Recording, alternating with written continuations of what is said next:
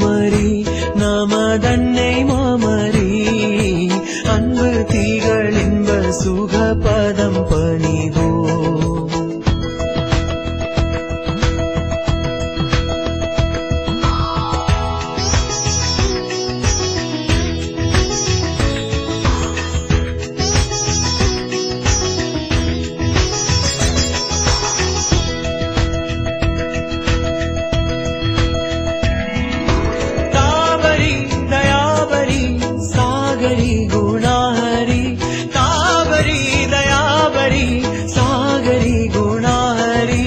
ஆதரி தாவீது வம்சமாசினா மனோஹரி அன்னை மாமரி நமதன்னை மாமரி அன்பு திகழ் இன்ப சுகபதம் பணிவோம். அன்னை மாமரி நமதன்னை மாமரி அன்பு திகழ் இன்ப சுகபதம் பணிவோம்.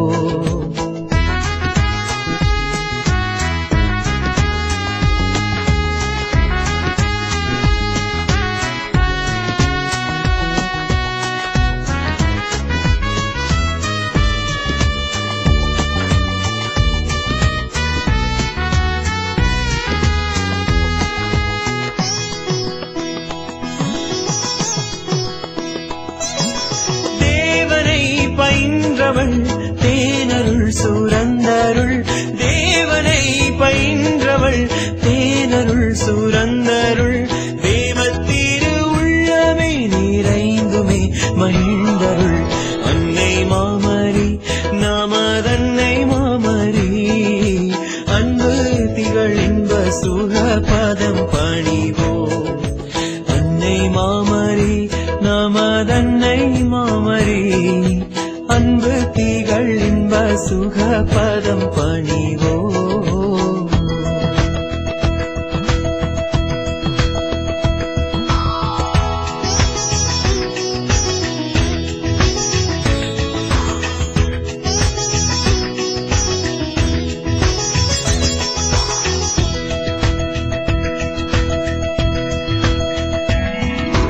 ஜீவர்கள் ஈடேறவே தன் மைந்தனை மன்றாடிடும் ஜீவர்கள் ஈடேறவே தன் மைந்தனை மன்றாடிடும் பாவிகளின் கஞ்சமே இப்பாரெல்லாம் கொண்டாடிடும் அன்னை மாமரி நமதன்னை மாமரி அன்பு திகழ் இன்ப சுகபதம் பணிவோம்.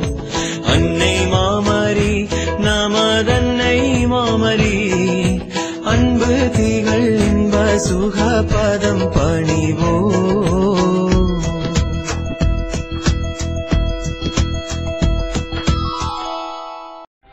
தந்தை மகன் தூய ஆவியாரின் பெயராலே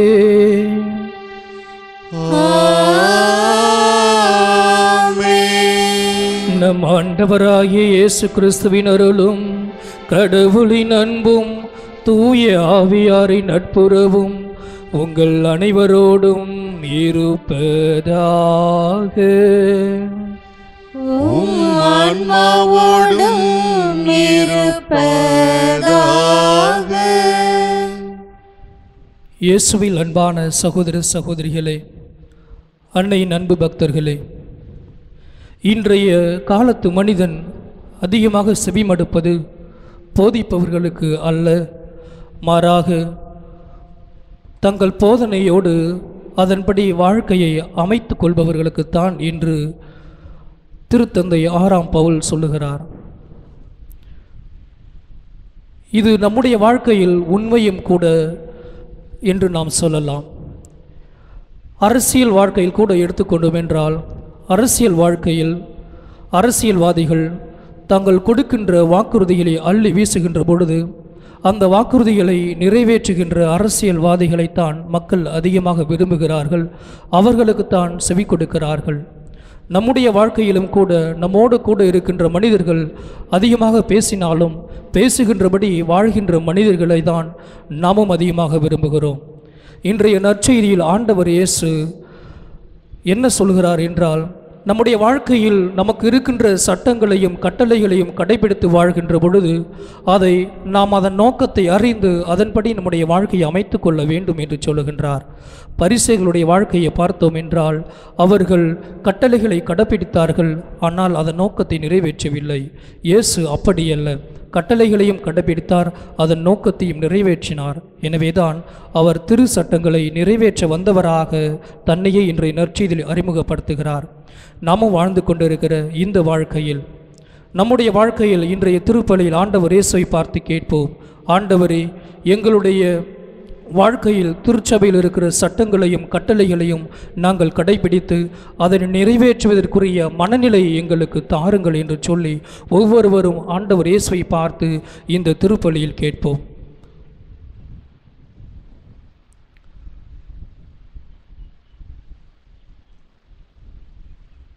சகோதர சகோதரிகளை தூய மறை நிகழ்வுகளை கொண்டாட நாம் தகுதி பெறும் பொருட்டு நம்முடைய பலவீனங்களால் நாம் செய்த பாவங்கள் எல்லாம் நினைத்து பார்த்து இறைவனிடத்திலே மன்னிப்பு வேண்டுவோம்.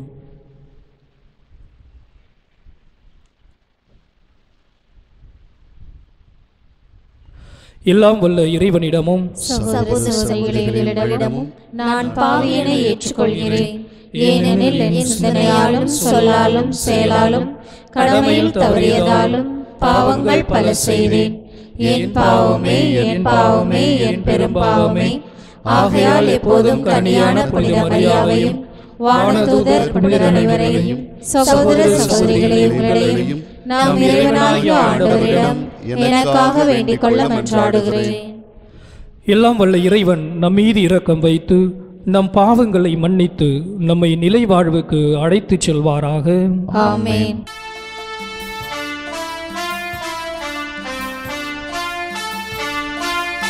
ஆண்டவரே இரக்கமாயிரும். ஆண்டவரே இரக்கமாயிரும். கிறிஸ்துவே இரக்கமாயிரும். கிறிஸ்துவே இரக்கமாயிரும். ஆண்டவரே இரக்கமாயிரும். ஆண்டவரே இரக்கமாயிரும்.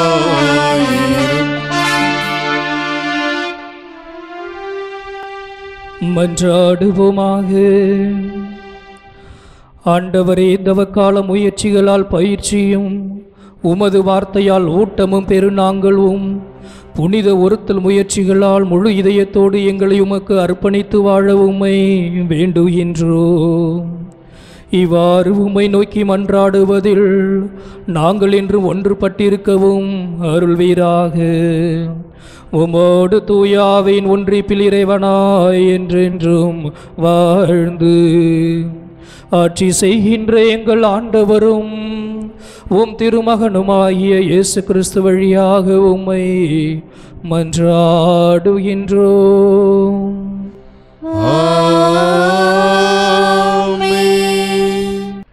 நீங்கள் என் கட்டளைகளை ஏற்று பின்பற்றி நடங்கள். இணைச்சட்ட நூலிலிருந்து வாசகம். அதிகாரம் 4, இறை வசனங்கள் 1 மற்றும் 5-9 முடிய. மோசே மக்களை பார்த்து கூறியது: இப்பொழுது இஸ்ரவேலரை கேளுங்கள். நான் உங்களுக்கு கற்றுத்தரும் நியமங்கள் முறைமைகளின்படி ஒழுகுங்கள். அதனால் நீங்கள் வாழ்ந்து உங்கள் மூதாதையரின் கடவுளாகிய ஆண்டவர் உங்களுக்கு கொடுக்கும் நாட்டிற்கு சென்று அதை உரிமையாக்குவீர்கள். நம் கடவுளாகிய ஆண்டவரின் கட்டளைப்படியே நியமங்களையும் முறைமைகளையும் உங்களுக்கு கற்றுத்தருகிறேன். எனவே நீங்கள் போய் உரிமையாக்கிக் கொள்ளும் நாட்டில் அவற்றை பின்பற்ற வேண்டும். நீங்கள் அவற்றை பின்பற்றி நடங்கள். அதுவே மக்களினங்கள் முன்னிலையில் உங்கள் ஞானமும் அறிவாற்றலுமாய் விளங்கும். இந்த நியமங்களை கேள்வியுறும் அனைவரும் உண்மையில் இப்பேரினம் ஞானமும் அறிவாற்றலும் கொண்ட மக்களால் ஆனது என்பர். நாம் குரல் எழுப்பும் போதெல்லாம் நம் கடவுளாகிய ஆண்டவர் நம்மோடு உள்ளார். அவரைப் போல் மக்களுக்கு மிகவும் நெருங்கிய கடவுளை கொண்ட வேறு பேரினம் ஏதாகிலும் உண்டோ? நான் இன்று நேர்மைமிகு சட்டங்களை உங்களுக்கு தந்துள்ளேன். இவற்றை போன்ற நியமங்களையும் முறைமைகளையும் கொண்ட வேறு பேரினம் ஏதாகிலும் உண்டா? கவனமாயிருங்கள். உங்கள் கண்களால் நீங்கள் கண்ட அனைத்தையும் மறந்து போகாதபடி உங்கள் இதயங்களில் காத்து கொள்ளுங்கள். உங்கள் வாழ்நாள் முழுவதும் நீங்கள் அவற்றை மறக்க வேண்டாம். உங்கள் பிள்ளைகளுக்கும் பேரப்பிள்ளைகளுக்கும் அவற்றை எடுத்து கூறுங்கள். ஆண்டவர் வழங்கும் அருள்வாக்கு. இறைவனுக்கு நன்றி. பதிலுரை பாடல். பல்லவி. எருசலேமே, ஆண்டவரை போற்றுவாயாக.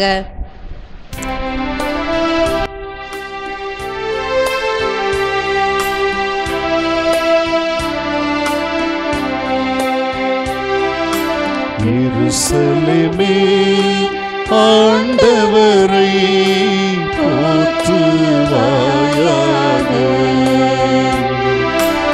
எருசலேமே, ஆண்டவரை போற்றுவாயாக.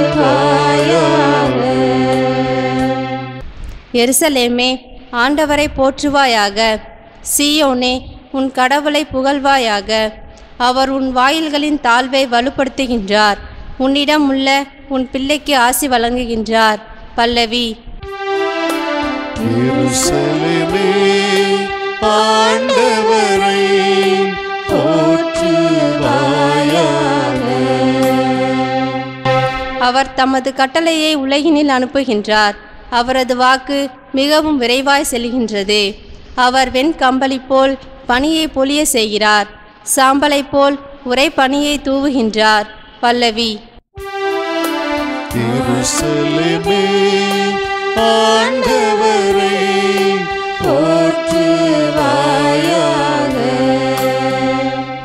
யாக்கோபுக்கு தமது வாக்கையும் இஸ்ரேலுக்கு தமது நியமங்களையும் நீதி நெறிகளையும் அறிவிக்கின்றார். பல்லவி. எருசலேமே, ஆண்டவரை போற்றுவாயாக. எருசலேமே, ஆண்டவரை போற்றுவாயாக.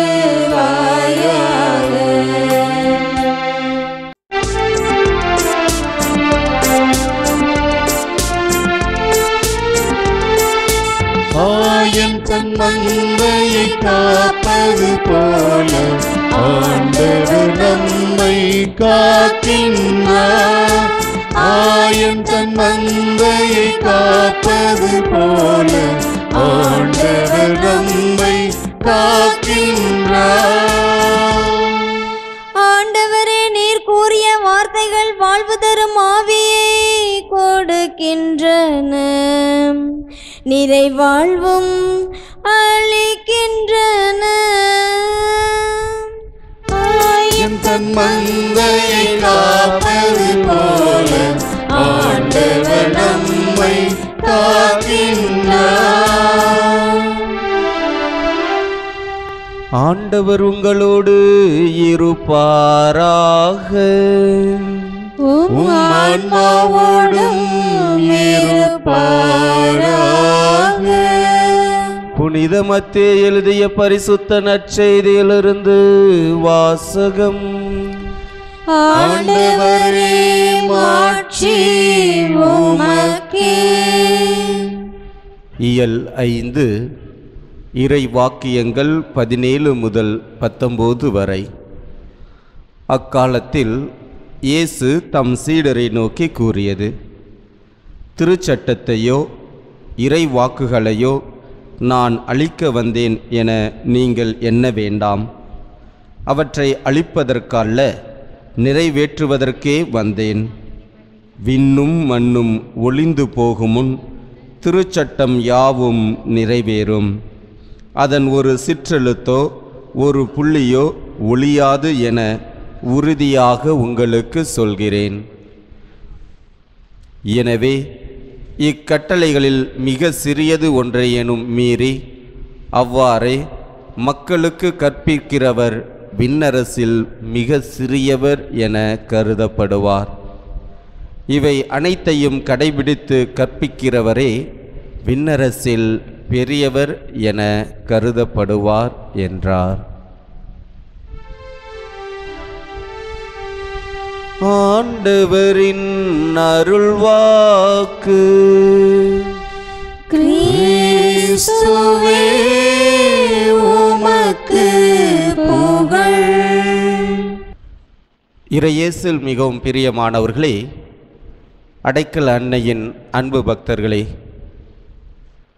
இன்றைய வாசகங்கள் அனைத்தும் கடவுளுடைய கட்டளைகளுக்கு செவி மடுத்து அந்த கட்டளைகளுக்கு கீழ்ப்படிந்து அந்த கட்டளைகளை நாம் வாழ்வாக்கும் பொழுது நாம் பேறு பெற்றவர்களாக, இறைவனிடமிருந்து ஆசிரையும் அருளையும் பெற்றவர்களாக வாழ்கிறோம் என்ற உண்மையை அழகாக படம் பிடித்து காட்டுகிறது. இன்று நாம் வாழும் சமுதாயத்தில் பெற்றோர்களுடைய புலம்பல் என்ன என்று பார்த்தோம் என்றால் என்ன கூறுவார்கள் என்றால், என்னுடைய பிள்ளைகள் என் சொல்கிறத கேட்கவே மாட்டேங்குதுங்க. இது கோடை காலம், வெயிலில் வெளியே போய் விளையாடாதடா அப்படின்னு எவ்வளவோ சொல்லி பார்க்குறோம். சொன்ன பேச்சை கேட்குறதே இல்லை. வெளியே போய் விளையாண்டுட்டு வந்து பல்விதமான நோய்களை வரவழைத்து கொள்கிறார்கள் என்று கூறுகிறார்கள். இன்னும் ஒரு சில பெற்றோர்கள், எதை நான் சாப்பிடக்கூடாதுன்னு சொல்கிறேனோ அதை தான் வேணும்னு அடம் பிடிச்சு வாங்கி சாப்பிடும் பண்புகளை கொண்டவராக இருக்கிறார்கள் என்று சொல்கிறார்கள். இன்னும் ஒரு சிலர் என்னுடைய உயிரை வாங்குறாங்க, வேலை செய்ய சொன்னால் வேலையே செய்கிறதில்ல, இவரை பெக்கிறது பதிலாக ஒரு கழுத மாட்டையாவது வாங்கி மேய்ச்சிருக்கலாம் என்று ஒரு சில பெற்றோர்கள் கூறுவார்கள். இந்த நேரம் தேர்வு எழுது நேரம். தேர்வு எழுதுறதுனால ஆசிரியர் பெருமக்கள் எப்படி புலம்புவார்னா, இவ்வளோ நாள் ஏதோ போயிருச்சு, இப்போ தேர்வு எழுதுகிறப்பயாவது நல்ல முறையில் படிங்கடா அப்படின்னு சொன்னால் எப்போ பாரு விளையாட்டு புத்தியாகவே இருக்கிறாங்க. பேசாமல் படிங்கன்னா அப்போ தான் வேகமாக சத்தம் போட்டு கொண்டே இருக்கிறார்கள். இவர்கள் ஃபெயில் ஆகிட்டா தலைமை ஆசிரியருக்கு பதில் சொல்லணும், மேலிடத்துக்கு பதில் சொல்லணும். இவங்களை பக்கத்தில் உட்கார வச்சு படிக்க சொன்னாலும் இவங்க கவனம் படிப்பிலேயே இல்லையே என்று ஆசிரியர் பெருமக்கள் புலம்புகிறார்கள். இந்த சின்ன சிறு பசங்கெல்லாம் எப்படி புலம்புவாங்கன்னா, இந்த பெரியவருக்கு வயசாச்சோ தவிர ஒன்றும் தெரிய மாட்டேங்குது, இங்கே போவாத அங்கே போவாத, அதை சாப்பிடாத இதை சாப்பிடாத, அங்கிட்டு போனால் உனக்கு பேய் பிடிச்சிக்கும், இங்கிட்டு போனால் ஏதாச்சும் நடந்துடும் என்று பயமுறுத்துகிறார்கள் என்று புலம்புகிறார்கள். இந்த புலம்பலுக்கெல்லாம் காரணம் என்ன என்று சிந்தித்து பார்த்தோம் என்றால் கீழ்ப்படியாமை. இந்த கீழ்ப்படிதல் என்ற சொல்லானது இன்று நம்மிடையே ஒரு பெரிய சவாலாக இருக்கின்றது. நான் எதற்காக அவர்கள் சொல்வதை கேட்க வேண்டும்? நான் ஒன்றும் அவர்களுக்கு அடிமை கிடையாது. அவர்கள் என்ன எனக்கு முதலாளியா? நான் எதற்காக அவர்கள் சொல்வதை கேட்க வேண்டும் என்று பல நேரத்திலே கீழ்ப்படியாமல் இருந்து கொண்டிருக்கிறோம். பிள்ளைகள் பெற்றோருக்கு கீழ்ப்படியாமல் இருக்கிறார்கள், மாணவர்கள் ஆசிரியர்களுக்கு கீழ்ப்படியாமல் இருக்கிறார்கள். வீட்டில் வந்தால் கணவனுடைய பேச்சுக்கு மனைவி கீழ்ப்படியாமல் இருக்கிறார்கள், மனைவியுடைய பேச்சிற்கு கணவர் கீழ்ப்படியாமல் வாழ்ந்து கொண்டு இருக்கிறார்கள். ஆனால் இன்றைய வாசகங்கள் முழுவதும் கீழ்ப்படிவதால் ஏற்படும் நன்மை என்ன? நாம் கீழ்ப்படிந்து வாழ்ந்தோம் என்றால், கடவுளுடைய வார்த்தைக்கு கீழ்ப்படிந்து வாழ்ந்தோம் என்றால், நாம் இறைவனுடைய ஆசீர்வாதத்தையும் அருளையும் நாம் பெற்று மகிழ்கிறோம் என்பதை எடுத்து கூறுகிறது. திருவிவிலியத்தை பல இடங்களில் நாம் பார்க்கிறோம். யாரெல்லாம் கடவுளுடைய வார்த்தைக்கு கீழ்ப்படிந்து நடக்கிறார்களோ அவர்கள் இறைவனிடமிருந்து ஆசிரையும் அருளையும் அற்புதத்தையும் பெறுகிறார் என்று பார்க்கிறோம். பழைய ஏற்பாட்டிலே ஒரு மனிதர் இருக்கிறார். அவர் கடவுளுடைய சொல்லுக்கு கீழ்ப்படிந்ததால் இன்று நமக்கெல்லாம் விசுவாசத்தின் தந்தையாக, விசுவாசத்தின் முன்மாதிரியாக இருக்கிறவர் தான் ஆபிரகாம். அதை தொடக்க நூலிலே நாம் பார்க்கிறோம். இயல் 12 இறைவசனம் 1 நாம் பார்க்கிறோம். ஆண்டவர் மோசேவை பார்த்து, உன் நாட்டையும் உன் இனத்தையும் உன் வீட்டையும் விட்டுவிட்டு நான் உனக்கு சொல்லும் நாட்டிற்கு வா என்று அழைக்கிறார். இந்நாள் வரை அந்த மக்களோடு ஒன்றாக பழகியவர், தன்னுடைய நண்பர்களை ஏற்படுத்தி கொண்டவர், தன்னுடைய இடத்தை விட்டு, தன்னுடைய நாட்டை விட்டு, தன்னுடைய வீட்டை விட்டு எதுவுமே தெரியாத இடத்திற்கு, போகும் வழியில் என்ன நடக்கும் என்று தெரியாது, எவ்வளவு தூரம் போகிறோம் என்று தெரியாது, ஆனால் அவர் சொன்ன வார்த்தைக்கு மறுப்பு எதுவும் தெரிவிக்காமல் ஆண்டவருடைய வார்த்தையை கேட்டு கடைபிடித்து நடக்கிறார். அதைதான் தொடக்க நூலிலே இன்னொரு இடத்திலே நாம் பார்க்கிறோம். அவர் அன்பு செய்த ஒரே மகன், அவருக்கு 100 வயது ஆன பொழுது அவருக்கு ஈசாக்கு என்ற அன்பு மகன் பிறக்கிறான். அந்த மகனை அளவுக்கு அதிகமாக அன்பு செய்கிறார். அப்படி அளவுக்கு அதிகமாக அன்பு செய்யும் தன் மகனை ஆண்டவர் மோரியா என்ற மலைக்கு அழைத்து வா, அந்த மலையிலே நீ அன்பு செய்யும் அந்த மலைப்பகுதியிலே அவரை எனக்கு எரிபலியாக ஒப்புக்கொடு என்று சொல்கிறார். உடனே எழுந்து தன்னுடைய பணியாட்கள் 2 அழைத்து கொண்டு எரிபலிக்கு தேவையான விறகை எடுத்துக்கொண்டு தான் அன்பு செய்த மகன் ஒரே மகனை ஈசாக்கை அழைத்து சென்று அந்த மலைக்கு சென்று பலியிட தயாராக இருக்கிறார். இப்படி கடவுளுடைய வார்த்தைக்கு செவிமடுத்து அந்த கடவுளுடைய வார்த்தைக்கு கீழ்ப்படிந்து நடந்ததால் இன்று நமக்கெல்லாம் ஒரு சிறந்த முன்மாதிரியாக, விசுவாசத்தின் தந்தையாக நம் கண் முன்னே நிற்கிறார். புதிய ஏற்பாட்டிலே இன்னொரு விசுவாசத்தின் தந்தையாக, இயேசுவினுடைய வளர்ப்பு தந்தையாக, நீதிமானாக, தொழிலாளர்களுக்கு பாதுகாவலராக இருப்பவர்தான் நம்முடைய புனித சூசையப்பர். இவர் திருக்குடும்பத்தின் தலைவராக இருந்து அந்த திருக்குடும்பத்தை சிறந்த முறையில் வழிநடத்துவதற்கு காரணமாக இருந்ததும் கடவுளுடைய வார்த்தையை கேட்டு கீழ்ப்படிந்து நடந்ததால். லூக்கா எழுதிய நற்செய்தி பிரிவு 1 இறைவசனம் 20 நாம் பார்க்கிறோம். அவர் ஒரு சிறிய மனக்கலக்கத்திலே இருக்கிறார். அந்த மனக்கலக்கத்திலே இருக்கும் பொழுது கனவிலே வானதூதர் அவருக்கு தோன்றி, மரியாவை ஏற்றுக்கொள்ள அஞ்ச வேண்டாம், அவரை ஏற்றுக்கொள் என்று சொன்ன உடனே அவர் கனவில் இருந்து எழுந்தவுடனே மரியாவை தன்னுடைய மனைவியாக ஏற்றுக்கொள்கிறார். அவர் தங்களுடைய பெயரை பதிவு செய்வதற்காக அந்த நாட்டிற்கு சென்ற பொழுதும் அங்கு தன்னுடைய மனைவியை சிறந்த முறையில் அன்பு செய்வதை நாம் பார்க்கிறோம். கடவுளுடைய வார்த்தைக்கு கீழ்ப்படிந்து ஏற்றுக்கொள்வோர் மட்டுமில்லாமல் அந்த கடவுளுடைய வார்த்தையை தன்னுடைய வாழ்க்கையில் வாழ்வாக்கியவர் தான் புனித சூசையப்பர். புனித மத்தேயு எழுதிய நற்செய்தியிலே பிரிவு 2 இறைவசனம் 13 நாம் பார்க்கிறோம். பிள்ளையாகிய இயேசு கிறிஸ்துவையும் தாய் மரியாவையும் அழைத்து கொண்டு எகிப்து நாட்டிற்கு ஓடி செல், ஏனெனில் இங்கு ஏரோது அரசன் அவர்களை கொலை செய்வதற்காக தேடிக்கொண்டு இருக்கிறான் என்று சொன்ன உடனே அன்னை மரியாளையும் இயேசு கிறிஸ்துவையும் அழைத்து கொண்டு எகிப்திற்கு ஓடுகிறார். அந்த பயணத்தில் என்ன நடக்கும் என்பது தெரியாது. இரவு நேரத்திலே தன்னுடைய பயணத்தை தொடர்கிறார். அதே நேரத்தில் எகிப்திலே இருந்து கொண்டிருந்த பொழுது வானதூதர் மீண்டும் அவருக்கு கனவில் தோன்றி இயேசுவையும் தாய் மரியாவையும் இஸ்ரேல் நாட்டிற்கு அழைத்து செல் என்று சொன்ன பொழுது அவர் அந்த கட்டளையை ஏற்றார். அந்த இறை வார்த்தையை கேட்டு அதற்கு கீழ்ப்படிந்து அதை செயல்படுத்துகிறார் தன்னுடைய வாழ்விலே.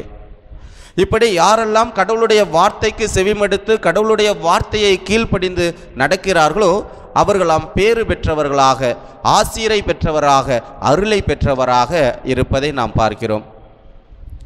கப்ரியேல் தூதர் தேவமாதாவுக்கு மங்கள வார்த்தை சொல்லி அவரை அழைத்த பொழுது, இதோ நான் ஆண்டவருடைய அடிமை, உம் சொற்படியே எனக்கு நிகழட்டும் என்று தன்னையே கடவுளுடைய வார்த்தைக்கு ஒப்பிட்டார். தன்னையே கடவுளுடைய வார்த்தைக்கு கீழ்ப்படிந்தவராக மாற்றினார். அதனால்தான் இன்று நமக்கெல்லாம் அடைக்கலம் தருபவராக, ஆறுதல் தருபவராக, நமக்கெல்லாம் தாயாக இருந்து நாம் கேட்கும் வரங்களை தன்னுடைய திருமகனிடம் பரிந்து பேசி பெற்றுத்தரும் அன்பு தாயாக இருக்கிறார். புனிதர்களே, கோடி அற்புதங்களை புரிபவர், காணாமல் போன பொருட்களை தேடும் அவரிடம் வேண்டும் பொழுது கண்டுபிடித்து கொடுப்பவர், நோயாளிகளுக்கெல்லாம் பாதுகாவலராக இருப்பவர், இப்படி பல புதுமைகளையும் அதிசயங்களையும் பெறும் கோடி அற்புதர் அந்தோணியாரும் கீழ்ப்படிதலுக்கு இன்று நமக்கு ஒரு சிறந்த எடுத்துக்காட்டாக இருக்கிறார். அவர் துறவு மடத்திலே பயிற்சி பெற்று கொண்டிருந்த பொழுது அந்த துறவு மடத்தினுடைய அதிபர் அந்தோணியாரை அழைத்து ஒரு செடியை கொடுத்து தலைகீழாக சென்று நட்டுவிட்டு வா என்று கூறினார். நம்மள்கிட்ட ஒரு செடியை கொடுத்து போய் தலைகீழாக நட்டுட்டு வான்னு சொன்னால் நீங்கள் நடுவீங்களா? கண்டிப்பாக யோசிப்போம். இவர் என்னடா செடியை நேராக தான் நடணும், தலைகீழா செடியை நட சொல்கிறாரு, நான் எப்படி நடுவேன் என்று ஒரு சில நேரத்தில் கேள்விகளை கேட்கக்கூடும். ஆனால் அந்தோணியார் அந்த அதிபருடைய வார்த்தையை கேட்டு அந்த செடியை தலைகீழாக நட்டார். அவர் பல அதிசயங்களையும் அற்புதங்களையும் புரிந்தவராக இருக்கிறார். அவரை தேடி பல மக்கள் வருகிறார்கள். அதனால் அவரோடு இருந்த சக நண்பர்கள் அவர் மீது பொறாமை கொள்கிறார்கள். அப்படி பொறாமை கொண்டு அவருக்கு எதிராக கிளர்ச்சி செய்கிறார்கள். அப்பொழுது அந்த மடத்தின் அதிபர் அந்தோனியாரை அழைத்து ஒரு நாளைக்கு ஒரு புதுமைதான் செய்ய வேண்டும் என்று கூறுகிறார். அந்த அதிபருடைய சொல்லை கேட்டு ஒரு நாளைக்கு ஒரு புதுமைதான் செய்கிறார். ஒரு நாள் கட்டிடத்தின் மேற்பார்வையாக அங்கு சென்று கட்டிட பணியை செய்து கொண்டிருப்பவரை பார்த்து கொண்டு இருக்கும் பொழுது அந்தரத்திலே வேலை செய்து கொண்டு இருந்தவர், மேல் பகுதியிலே வேலை செய்து கொண்டிருந்த ஒரு நபர் கால் இடறி கீழே விழுந்து விடுகிறார். உடனே ஆண்டவரை நோக்கி, ஆண்டவரே அவரை காப்பாற்றும் என்று சொல்லி கையை உயர்த்தும் பொழுது அப்பொழுதுதான் தன்னுடைய அதிபர் தந்தை கூறியது நினைவு வந்தது. அந்த மனிதர் அப்படியே அந்தரத்திலே பரந்த வண்ணமாக இருந்து கொண்டு இருக்கிறார். அப்படிப்பட்ட நேரத்திலே தன்னுடைய அதிபரை நோக்கி ஓடி சென்று, அதிபரே எனக்கு அனுமதி தாருங்கள், நான் இப்பொழுது மற்றொரு புதுமை செய்ய வேண்டும். ஒரு தொழிலாளியானவர் மேலேந்து கீழே விழுந்தார், நான் ஆண்டவரே காப்பாற்றும் என்று சொல்லி அவர் அந்தரத்தில் நின்று கொண்டு இருக்கிறார், பரந்தவனமாக இருக்கிறார், நான் அவரை காப்பாற்ற வேண்டும், அனுமதி தாருங்கள் என்று கூறி அனுமதியை பெற்று அவரை அமைதியுடன் காப்பாற்றி கீழே இறக்கிறார். இதுதான் கீழ்ப்படிதனுடைய மேன்மை.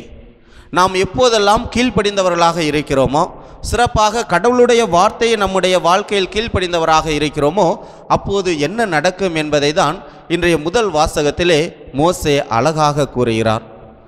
யாரெல்லாம் இடை வார்த்தையை கேட்டு அதை கடைபிடித்து நடப்பவரோ அவர்கள் அனைவரும் ஆண்டவர் வாக்குறுத்த நாட்டை உரிமை பெயராக பெற்று செல்வார்கள் என்று. லேவியர் புத்தகத்திலே நாம் பார்க்கிறோம், இயல் 18 இறை வசனம் 5 பார்க்கிறோம், யாரெல்லாம் கடவுளுடைய கட்டளைப்படி நடப்பாரோ